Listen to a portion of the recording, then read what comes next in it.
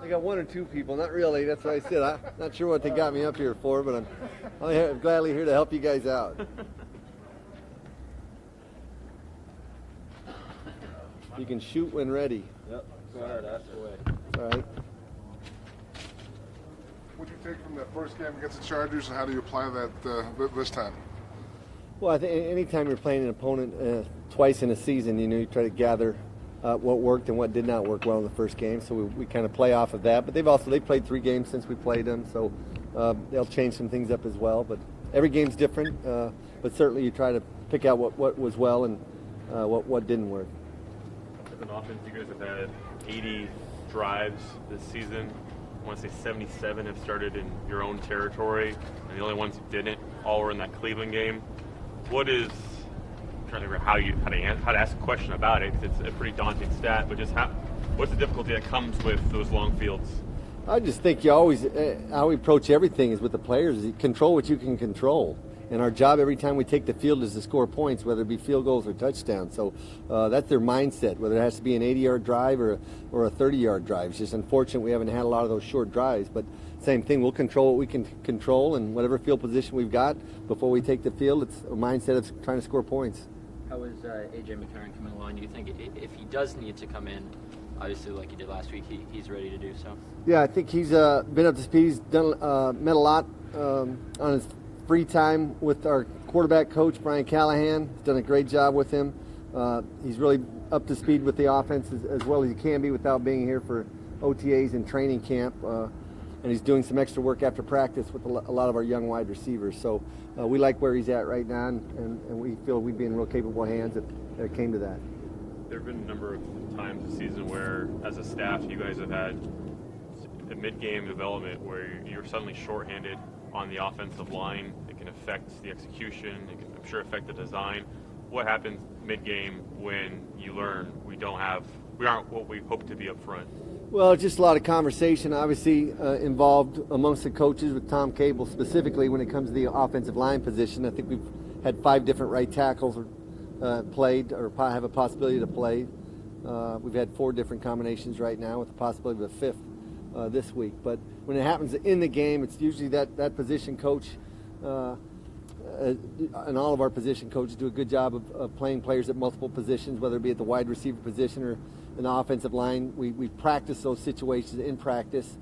Coach may call out in the middle of one of our practice periods, hey, could be anybody. Colton Miller's down, who's got to go in? And so we practice those situations throughout the game and be the same thing at wide receivers. Hey, Jordy Nelson's out, who's the next X up? And so we do practice those situations. And so it's not a surprise on game day when those things occur.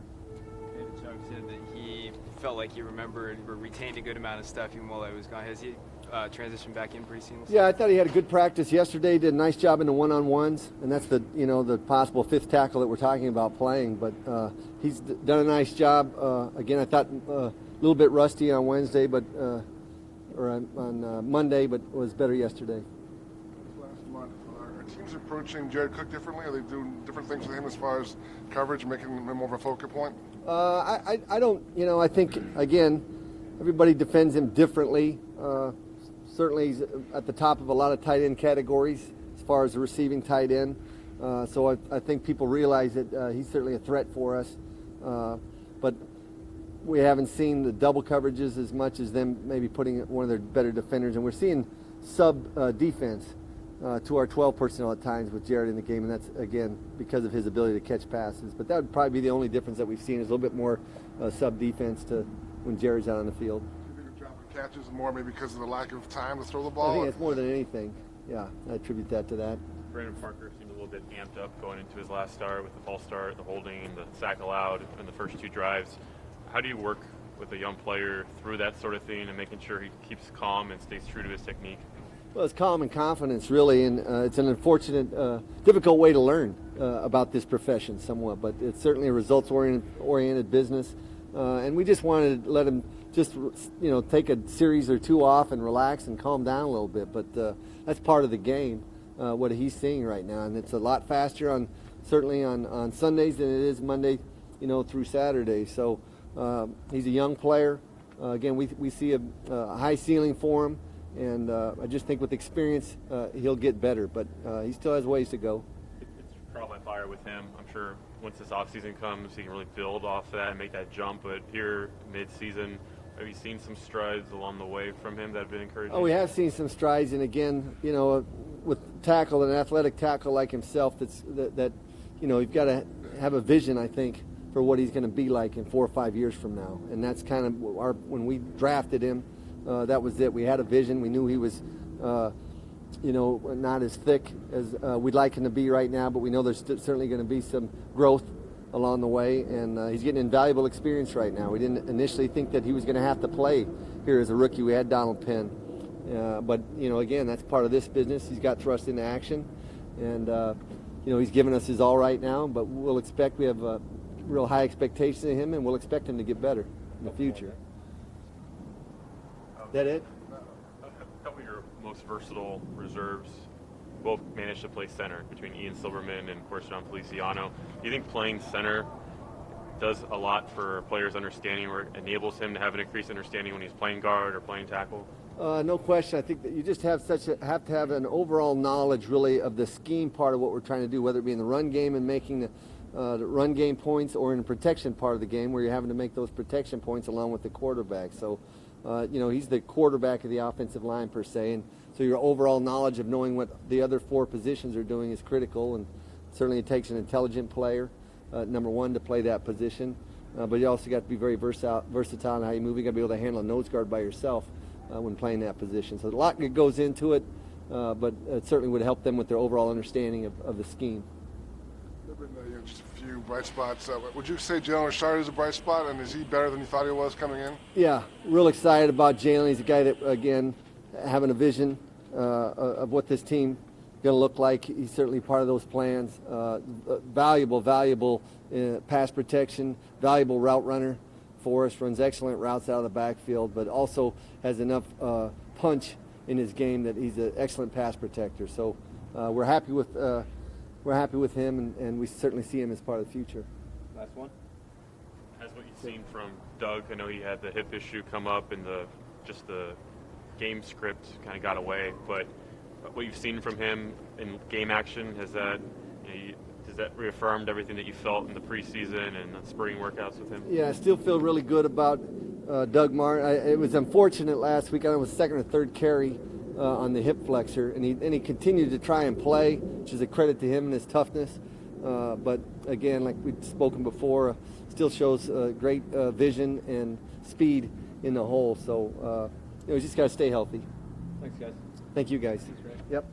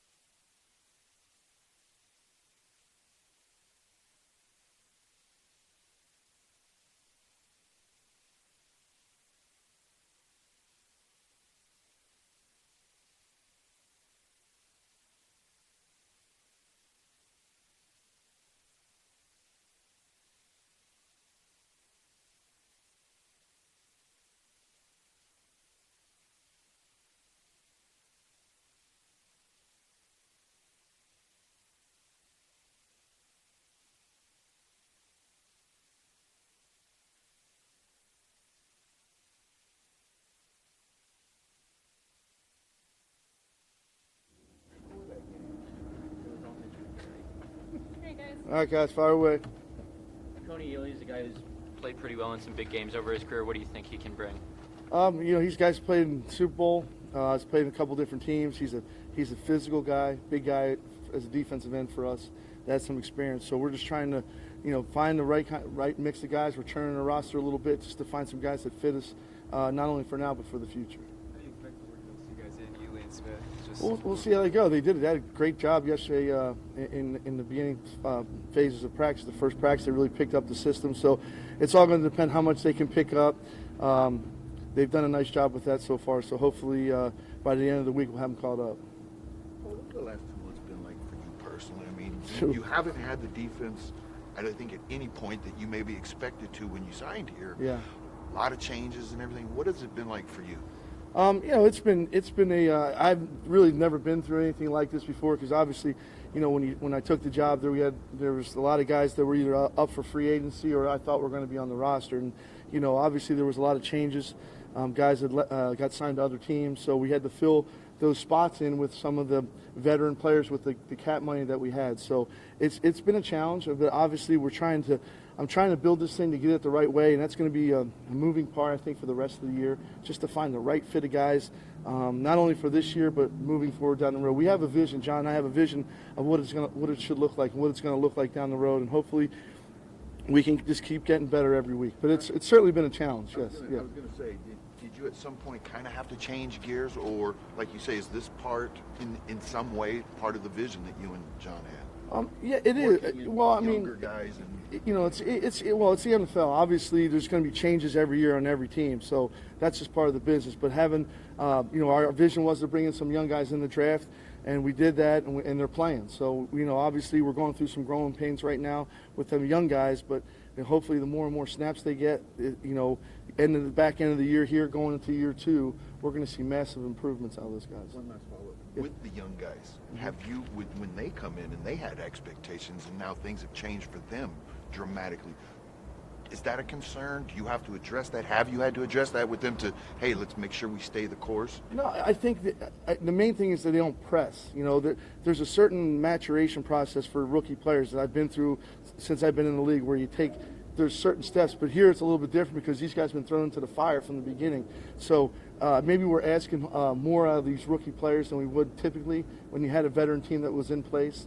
But those guys got to understand that we're treating those guys like veteran players. They got to step up and play for us, and hopefully they will. When it comes to Martin Key specifically, where do you think he's made progress, and where do you think his next steps lie? I think his progress has been, he's never really, playing on first and second down a lot. So that was something that when we took him, that was our vision for him to play in third down. But with the situation, we had to play him some more on first and second down, and I thought he's done a pretty good job with that. So again, same thing. He's, it's just not going to be, it's not going to be you're going to turn the TV on and all of a sudden he's going to have 8 sacks. It's going to be a building process through it all.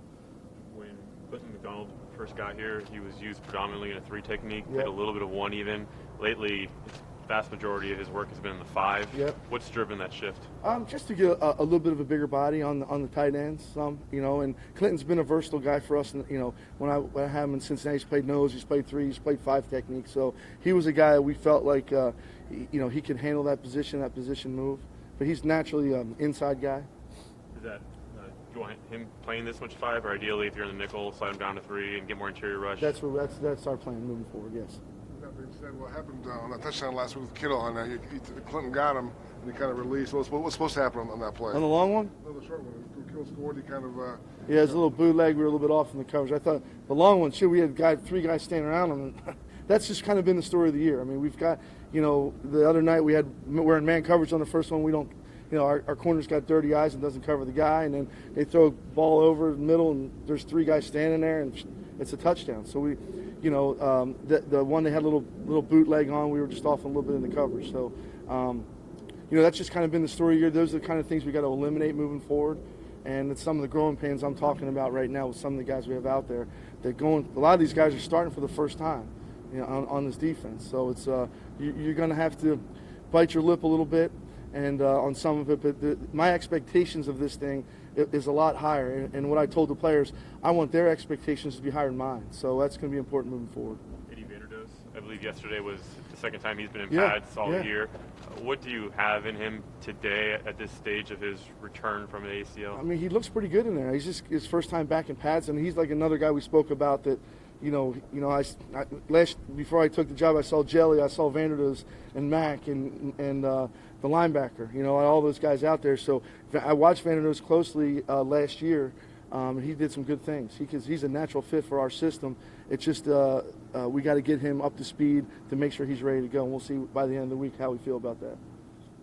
John said, or he kind of joked on last Friday that you guys go at it more on the golf course than what TV cameras kind of caught on the sideline. Would you agree with that Yeah, assessment? it's funny because, I went home that night. My son, they look at all that stuff, and it was some guy out of Cincinnati. Cincinnati.com put this thing out there. I said, Cincinnati? I said, they don't know any better. I mean, John and I fight every day upstairs. Golf course, in the car, whatever it may be, on a player. So that's natural. That's going to happen every Sunday. It's happened every Sunday, whether it's good or bad. So that's just part of it. Again, our expectations are higher than what we're showing. And, again, we got to get our players to get their expectations as high as ours. So that's probably going to happen 100 times again. So. What are you fighting about on the golf course? Huh? What are you fighting about on the golf course? Strokes, Give me putts and I'll put it in the hole. We play it in the hole. Both of us, really. We both need it. After a long touchdown run last week, Gruden said didn't have a problem with the effort. What did you see? Did you have any question of the effort on that play? Yeah, we were out of fit. They're in a wide open formation. They run a jet sweep, and our force defender went inside number 2. He should have been outside, turning everything back. So the pursuit is waiting for that guy to turn it back, and he goes around the corner, and the only guys left is the free safety, and he's just trying to buy time for everybody to catch up to him. So it was, again, that's just part of the thing. I mean, we just got to eliminate those big plays that we're giving up. That's been my charge with these guys in the room.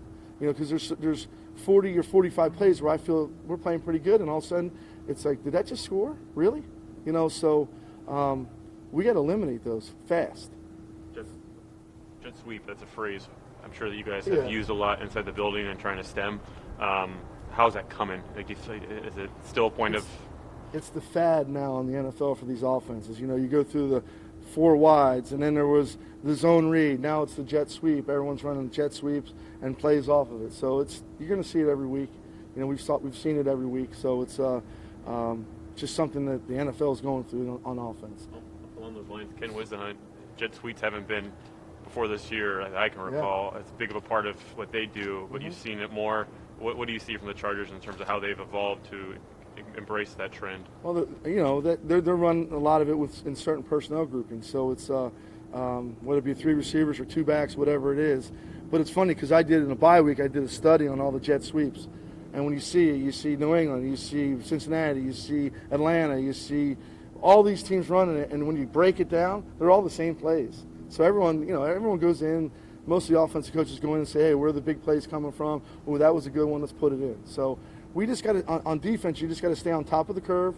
You got to trust your eyes and your techniques within the defense and play it because it all fits together. And just as long as everybody's on the same page with all those things, you shouldn't have those issues. You mentioned in the car. Are you and John still carpooling to work? Yeah, every now and again. Every now and again we will.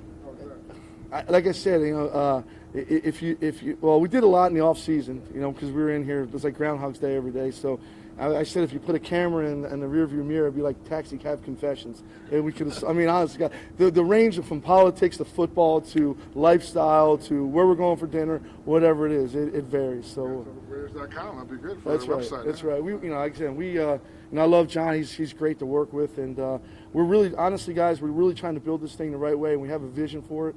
And I know it doesn't look like that right now, but I'm confident in what we're doing. You have to really kind of tell yourself to stay patient through the whole thing because Every day. You've worked on a lot of winning teams Every and day, programs. because I'm not, obviously, I've been part of and with a lot of good defenses in the past, and there's certain things breakdowns we're having that we shouldn't have. I'm not used to seeing. So, and again, so it is a patience thing. But again, I'm not the most patient guy, and I want to get the stuff fixed quickly, because otherwise, that's part of the evaluation process with the guys we have now moving forward in the last 8 games to see, hey, what guys we want to keep here and what guys we want to move on with. With the breakdown, so you have a lot of veteran guys you brought in here. Are you surprised that that's happening with those guys on the field? Well, there are a lot of veteran guys. A couple guys were familiar with the system. Some guys weren't. You know, some of it was mental deficiencies, some of it was physical deficiencies on some of them. You know, a couple of the touchdown passes against Indianapolis. You know, we're just in proper leverage, and the guys jumping. You know, whatever it is. So it's a little bit of both right now, I think. So, like I said earlier in the season, the first week, we got what we got right now, and we got to do the best we can, and with the techniques and all the stuff going through within the defense. Otherwise, if there's any kind of breakdown, it magnifies loudly. All right, All right? All right, thank you, guys. Appreciate it.